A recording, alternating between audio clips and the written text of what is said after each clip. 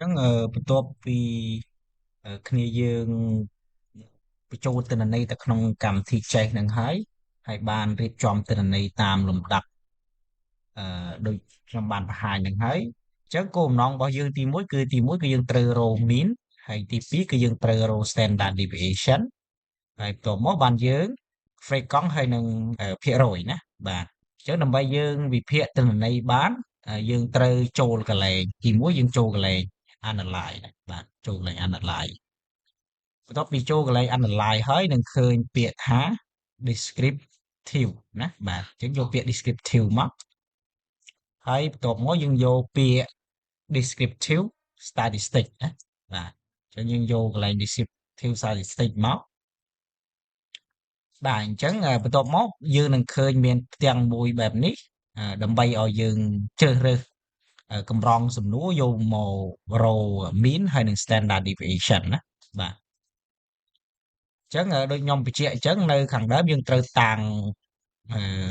កូដណាដើម្បីយើងចាំស្រួលណាបាទអញ្ចឹង EL ហ្នឹងគឺតំណាងឲ្យផ្នែកទី1ណាអញ្ចឹងបើយើងចង់វិភាគតែផ្នែកទី1អញ្ចឹងយើងគ្រាន់តែ select កម្រងសំណួរផ្នែកទី1ហ្នឹងមកបាទអញ្ចឹងកម្រងសំណួរផ្នែកទី1របស់យើងមាន12ណាបញ្ជាក់ឡើងវិញមាន12កម្រងសំណួរណាផ្នែកទី1អញ្ចឹងយើងជ្រើសរើសត្រឹម12ហ្នឹងមកហើយបន្ទាប់មកនេះអញ្ចឹងយើង select ឲ្យចាញ់ពណ៌ប្រផេះអញ្ចឹងមកហើយយើងចុចកន្លែងនេះចុចកន្លែងនេះដើម្បីទាញទិន្នន័យទាំងអស់ហ្នឹងមកដាក់នៅក្នុង table variable ណាបាទអញ្ចឹងយើងចុចមកបាទអញ្ចឹងយើងនឹងឃើញទិន្នន័យហ្នឹងលោតជួរដេកណាបាទនេះបាទបន្ទាប់មកយើងចង់ឲ្យតារាងហ្នឹងបញ្ឈរណាអញ្ចឹងយើងតារាងហ្នឹងបញ្ឈរយើងចុចកន្លែងនេះមកណានេះកន្លែងនេះអញ្ចឹងយើងធីកមកតារាងហ្នឹងបញ្ឈរហើយណាបាទអញ្ចឹង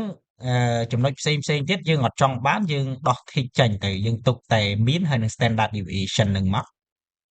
បាទអញ្ចឹងយើងនេះចុចកន្លែង statistic មកចុចមកគឺនឹងឃើញកន្លែងដែលយើងសម្រាប់ដោះ tick ចេញណាអញ្ចឹងកន្លែង valid អញ្ចឹងយើងអត់ចង់បានទេយើងដោះចេញទៅណាបាទ missing ដូចគ្នាយើងដោះចាញ់ដូចគ្នាទៅបាទ minimum ហើយនិង maximum នេះក៏យើងដកចាញ់ដែរណាបាទយើងដកចាញ់មកអញ្ចឹងយើងទុកតែប៉ុណ្្នឹងណាបាទអញ្ចឹងយើងទុកតែប៉ុណ្្នឹងមកអញ្ចឹងចាញ់តម្រងបែបនេះហើយអញ្ចឹងmean ហើយនឹង standard deviation អញ្ចឹងដើម្បីយើងអាច copy យកទៅដាក់នៅក្នុង Word បានតែម្ដងសូមឲ្យគ្នាយើងចុចកន្លែងនេះមកនេះចុចកន្លែងនេះហើយនឹងយកពាក្យថា copy ណានេះយកពាក្យថា copy អញ្ចឹងយើងអាចតន់យកផាសនៅក្នុង Word បានតែម្ដងទេអញ្ចឹងយើងសូមបើក Excel ឬក៏បើក Google Sheet របស់យើងមកបាទអញ្ចឹងខ្ញុំបូក1បាទអញ្ចឹងខ្ញុំផាសចូលអញ្ចឹងលេខខាងក្រោយខ្ទង់នេះបាទលេខខាងក្រោយខ្ទង់នេះយើងចង់ទុកតែ2ខ្ទង់អញ្ចឹងយើងប្រកួតមកបាទយើងប្រកួតទុកតែ2ខ្ទង់មកអញ្ចឹងបានអញ្ចឹងហើយបានយើងអាច copy ទៅដាក់ Word បានតែម្ដងអញ្ចឹងយើង select មក select ត្រឹមនេះមកដោយសារតែកន្លែងនេះយើងមានកម្រងសំណួរស្រាប់ហើយណាអញ្ចឹងយើងចុច copy មកហើយយើងយក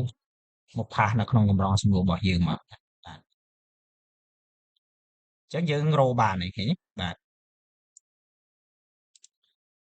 អូខេអញ្ចឹងនេះយើងបានផ្នែកទី1កន្លែង mean ហើយនឹងstandard deviation អញ្ចឹង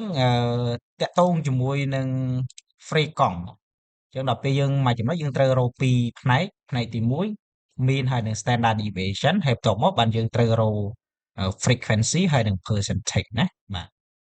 អញ្ចឹងយើងអូសមកក្រោមណានៅផ្នែកខាងឆ្វេងដៃហ្នឹងយើងអូសមកក្រោមនេះយើងអូសនេះមកក្រោមមកនឹងឃើញពាក្យថា table នេះ table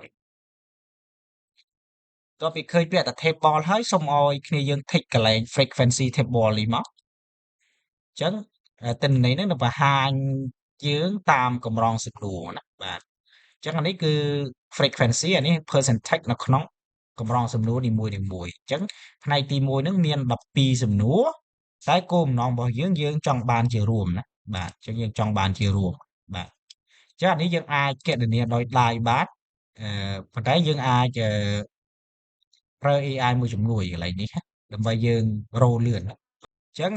ដើម្បីយើងរក frequency ហើយនឹង percentage កម្រងសំណួរទាំងអស់របស់យើងបានយើងបើកកម្មវិធី AI របស់យើងមកបាទយើងអាចបើក Gemini មក បាទអញ្ចឹងយើងបើក Gemini ហើយហើយបន្ទាប់មកយើងគ្រាន់តែទៅ screenshot អឺ frequency ហើយនិង percentage របស់កម្រងសំណួរនីមួយៗហ្នឹងយកមកផាសចូលនៅក្នុង Gemini ទៅដើម្បីឲ្យ Gemini គណនា frequency ហើយនិង percentage កម្រងសំណួរហ្នឹងចូលគ្នាតែម្ដងណាបាទអញ្ចឹងយើងផាសចូលមកអញ្ចឹងគ្រប់កម្រងសំណួរឲ្យមាន12ណាអញ្ចឹងមួយរូបភាពមាន3កម្រងសំណួរអញ្ចឹងមាន4ណាអញ្ចឹង4រូបភាពគ្រប់ហើយអញ្ចឹងយើងគ្រាន់តែប្រាប់ថាឲ្យ AI ហ្នឹងគឺ calculate បាទ calculate អញ្ចឹងណាបាទអញ្ចឹងយើងចុចមកណាអញ្ចឹងយើងត្រូវរងចាំបន្តិចទៅដើម្បីអូខេឥឡូវយើងឃើញថាAI ហ្នឹងគណនាឲ្យយើងហើយអញ្ចឹងណាអញ្ចឹងគណនាមួយអញ្ចឹងប៉ុន្តែយើងឃើញថាទម្រង់ដែល AI គណនាមកអត់ដូចទៅនឹងអ្វីដែលយើងចង់បាននេះទម្រង់អញ្ចឹងណាបាទអញ្ចឹងកន្លែងនេះពេលដែលយើងធ្វើបានអញ្ចឹងហើយយើងគ្រាន់តែនេះយើង screenshot គំរូទៅឲ្យ AI នឹងវាគណនាបានហើយអញ្ចឹងខ្ញុំscreenshot អានេះមកបាទ screenshot មកហើយខ្ញុំផាសចូលហើយខ្ញុំប្រាប់ AI ថាយកគំរូតាមរូបភាពខាងលើណាបាទអញ្ចឹងបន្ទាប់ពីយើងដាក់គំរូទៅ AI ហ្នឹងនឹងរៀបចំទៅតាមអ្វីដែលយើងចង់បានហ្នឹងណានេះបាទអញ្ចឹងគំរូដូចគ្នាបេះបិទណាបាទអញ្ចឹងកន្លែងនេះយើងគ្រាន់តែចុចកន្លែង trace 3នេះមកដើម្បីយើង copy ទៅដាក់នៅក្នុង Word អញ្ចឹងយើង copy យើងចុចកន្លែង trace 3បាទយើង copy មកណាបាទអញ្ចឹងយើងផាសចូលមកអញ្ចឹងនឹងលុបចាស់ចេញទៅយើងផាសចូលមកបាទហើយយើងសេរី table របស់យើងឲ្យស្អាតមក